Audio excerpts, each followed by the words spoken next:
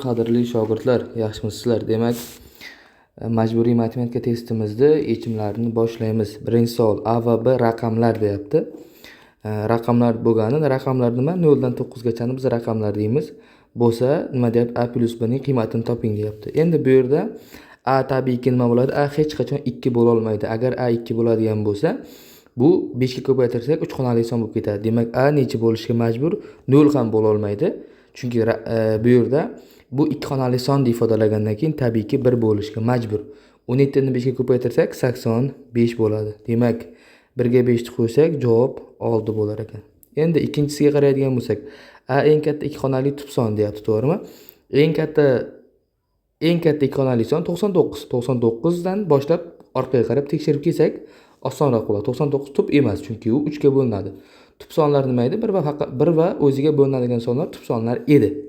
Endi 99 tub son emas, 3 ga bo'linadi. 98 esa 2 ga bo'linadi. 97. Bironta kattaroq sonni tub yo tub emasligini tekshirish eng yaxshi yo'li o'sha songa eng yaqin Eratosfen g'alviri degandan foydalansak bo'ladi. O'sha songa eng yaqin bo'lgan songa qaraymiz. Ya'ni qaysi sonning kvadrati o'sha songa eng yaqin. Ya'ni 97 ga eng yaqini 10 ning kvadrati 100 ya'ni, to'g'rimi? Demak, 10 dan kichkina bo'lgan barcha tub sonlarga agar 97 bo'linsa, tub emas, bo'linmasa tub. 2 ga bo'linmaydi, 97 3 ga bo'linmaydi, 5 ga bo'linmaydi, 7 ga bo'linmaydi. Demak, 97 tub son, 97 eng katta 2 xonali tub son. Tekshirib ko'rsangiz ham bo'ladi. Bunga 1 deb qo'ysak 98 bo'ladi. 98 degani kanonik ko'rinish, ya'ni tub ko'paytiruvchiga ajratsak 2 kara 49 degani. B javob bo'ladi. Endi 3-masalada nima deyapti? 3-masalada men sizga bir yaxshi formula topib beraman. Ya'ni AN teng A1 qo'shuv N-1 D ketma-ketlikning formulasi, ya'ni hadini topish. Bunday masalalar ko'p uchrashi mumkin. Shuning uchun sodda bir topishning tezroq usuli. Ya'ni bu yerda AN nima degan desangiz, AN bizga berilgan ketma-ketlikning hadlari deydigan bo'lsak, AN bu eng katta hadi. Eng kattasi bizda nima bo'lyapti bu yerda? Eng kattasi 50 bo'lyapti. Teng A1 nima? Minus ya'ni 36 ondan 2 bo'lyapti. Plus n bizga bu yerda topishimiz kerak bo'lgan narsa n-1, d esa 0.ondan 2 bo'ladi. Bu yerda biz endi hisoblab topadigan bo'lsak 35 degan javobni olar ekanmiz. To'g'rimi? 35 degan javobni olar ekanmiz. Ya'ni bu yerda 35 ta son bor degan. 35 ta son borligini topdik. Yaxshi. 35 ta son borligini uzr. 30 jami 70 ta son bor. Shu yerda hisob kitobini hozir buni o'chirsam, jami 70 ta son bor. Bu 70 ta son birinchisi bilan minus hisoblanadi. Minusni ham yozamiz. 70 ta son bu 35 juftlik bo'ladi. 35 juftlik bo'lgandan keyin 35 ya'ni har bitta juftlikdan jami 70 ta son bo'lgandan keyin 35 ta juftlik chiqadi. Har bitta juftlikdan ne chiqayotganda 0.2 chiqayotgandi. Demak, 35 ni biz 0.12 ga ko'paytirsak natijada 7 chiqar ekan. To'g'rimi? Demak, to'g'ri javob C bo'ladi. Keyingisi 4-savol nima deyapti? Dastlabki 100 ta toq son ketma-ket yozilsa 6 raqam necha marta uchraydi deyapti. Ko'pchilik uchramaydi deydi. Uchraydi, chunki 6 bilan boshlanadigan masalan 61, 63, 65, 67, 69. Bular hammasi toq son-ku. 161, 160 163, 165, 167 va 169. Hammasi jami 10 ta. Ya'ni dastlabki 100 ta toq son degani birdan boshlab va hokazo 199 gacha davom etadi-da. Shu orasida mana bu 10 ta son bor. Demak, to'g'ri javob C 10 bo'lar ekan. 5-da nima deyapti? 5-da bizda aytayaptiki, proporsiya berilgan ekan, to'g'rimi? Proporsiya berilgan, proporsiyani tashkil qiluvchi 4 ta son. 4 ta sonning 3 tasi shu sonlarga to'g'ri proporsional degani. To'g'ri proporsiya degani nima degani? 4x, 6x va 8x desak bo'ladi degani. Ya'ni bir xil nisbatda bo'ladi. Va agar shu sonlarning dastlabki 3 tasi. Endi dastlabki mana birinchisini A deydigan bo'lsam, proporsiyaning qoidasi nima? Proporsiyaning qoidasi bu ikkalasini bo'linmasi teng, bu ikkalasini bo'linmasi. Ya'ni o'rta hadlar ko'paytmasi chetki hadlar ko'paytmasiga teng desak ham bo'ladi. A ko'paytiruv 8x teng 4x ko'paytiruv 6x bo'ladi. X'lar bitta x'lar qisqarib ketib A teng necha bo'ladi? 3x deb ham topib olsak bo'ladi. Aytayaptiki, agar bu sonlarning dastlabki 3 tasini yig'indisi, ya'ni 3x qo'shuv 4x qo'shuv 6x teng necha ekan? 78 ekan. Mana buni qo'shadigan bo'lsak 13x bo'ladi. 13x teng 78. Tenglamada ko'paytirish teskarisi bo'lish edi. 78 ni 13 ga bo'ladigan bo'lsak 6 chiqar ekan. Bizda ikkinchi hadini so'rayapti. Ikkinchi hadi bu 4x edi. 6 kara 4 24 bo'ladi. To'g'ri javob shunda D bo'lar ekan.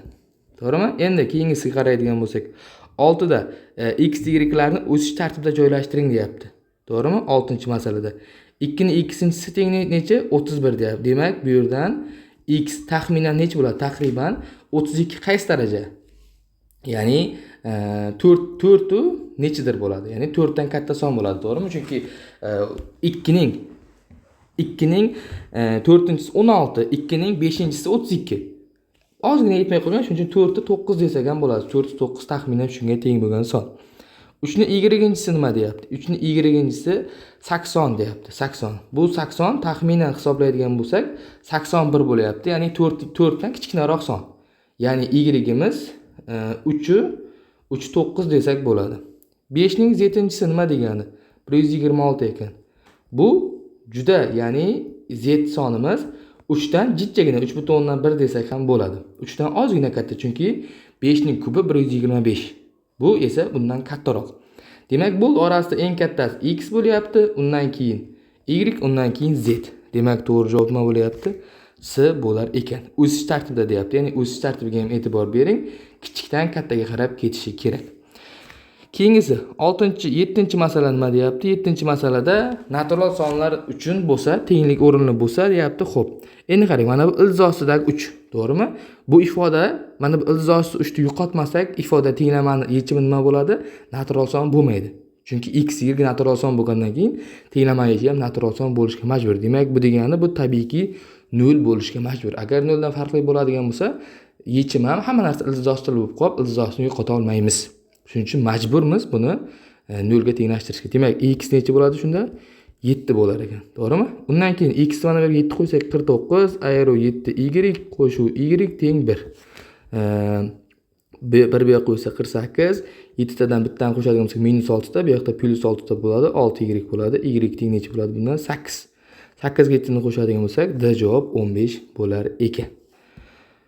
Xo'p, keyingisi nima deyapti? 10 bo'lganda soat va minutlar orasida gradus toping deyapti. Bu yerda men B degan ekanmiz, xato qilganmiz. Shu yerda uzr so'rayman. Chunki nega? Jami nechta oraliq bor? 1, 2, 3, 4, 5, 6, 7, 8, 9, 10, 11, 12. 12 ta oraliq bor. Общий gradus nima? 360 gradus teng 12x desak, 12x. X nima bo'ladi? X har biri 30 bo'ladi. To'g'rimi? X ya'ni har bitta bo'lim 30 gradus bo'lgandan keyin bu yerda bitta bo'lim, ikkita bo'lim, 3 ta, 4 ta bo'lim. 4 kara 30 jami 120 bo'lar ekan. Xo'p, endi 9-inchisi nima bo'lyapti? 9-inchi uchburchak tengsizligi bor. Uchburchak tengsizligi nima deydi? Uchburchak tengsizligi mana bu yerga yozib beradigan bo'lsam, 9 da uchburchak A, B, C bo'ladigan bo'lsa, C kichkina A plus B dan katta modulda A minus B dan. Ya'ni har qanday tomon ikkita tomonni yig'indisidan kichik, ayirmasidan katta. Bu B ga nisbatan amal qiladi. A plus C katta A minus C desak bo'ladi. Xuddi shunday A ga nisbatan amal qiladi. B plus C 3 ta tomon uchun ham B minus C. Shu qoida o'rinli bo'ladi. Shu qoidaga ko'ra demak x nima bo'ladi? Ximiz x kichkina bo'ladi, yig'indisi 8 dan 2 dan katta. Demak bu 3 bo'la oladi, 4 bo'la oladi, 5 bo'la oladi, 6, 7 bo'la oladi. Bundan qo'shadigan bo'lsak nima bo'ladi? 10, bu yana 10, 25 bo'lar ekan. To'g'ri javob A bo'lar ekan. Xo'p, 10-masala nima deyapti? Asosi romb bo'lmagan to'g'ri parallelpipedning nechta simmetriya tekisligi mavjud deyapti. Xo'p, asosi romb bo'lmagan. Romb bo'lmagan degani to'g'ri parallelpiped degani, demak, to'g'ri to'rtburchakdan iborat desak bo'ladi. To'g'ri to'rtburchak bo'ldi. Xo'p, yaxshi, bu yoq pasti ham to'g'ri to'rtburchak bo'ldi. Xo'p, mana bularni bilan tutashtirdik. Parallelpiped hosil qildik. Endi parallelpipedni hosil qilgandan keyin nechta simmetriya tekisligi mavjud deyapti. Simmetriya tekisligi nima deb so'raydigan bo'lsak, simmetriya tekisligi shunday narsaki, shaklda shunday tushirilib, ikkita tomonga bir xil narsani, ya'ni bir xil masofa o'lchamni qoldirishga aytsak bo'ladi simmetriya tekisligi deb. Endi bu yerda tabiiyki to'g'ri to'rtburchak bo'lgandan keyin bu A, bu B bo'ladi. Bu A, bu B bo'lgandan keyin hozir biz mana buni teng 2 ga bo'ladigan bo'lsak, ikki tomondagi masofalar ham ikki tomondagi bir xil bo'lishi kerak. Demak, mana bu yerdan bitta tushirsak bo'ladi. Mana shunday bo'lsak bo'ladi. O'rtasidan bitta bo'lsak bo'ladi. Mana bu yerdan bitta bo'lsak bo'ladi.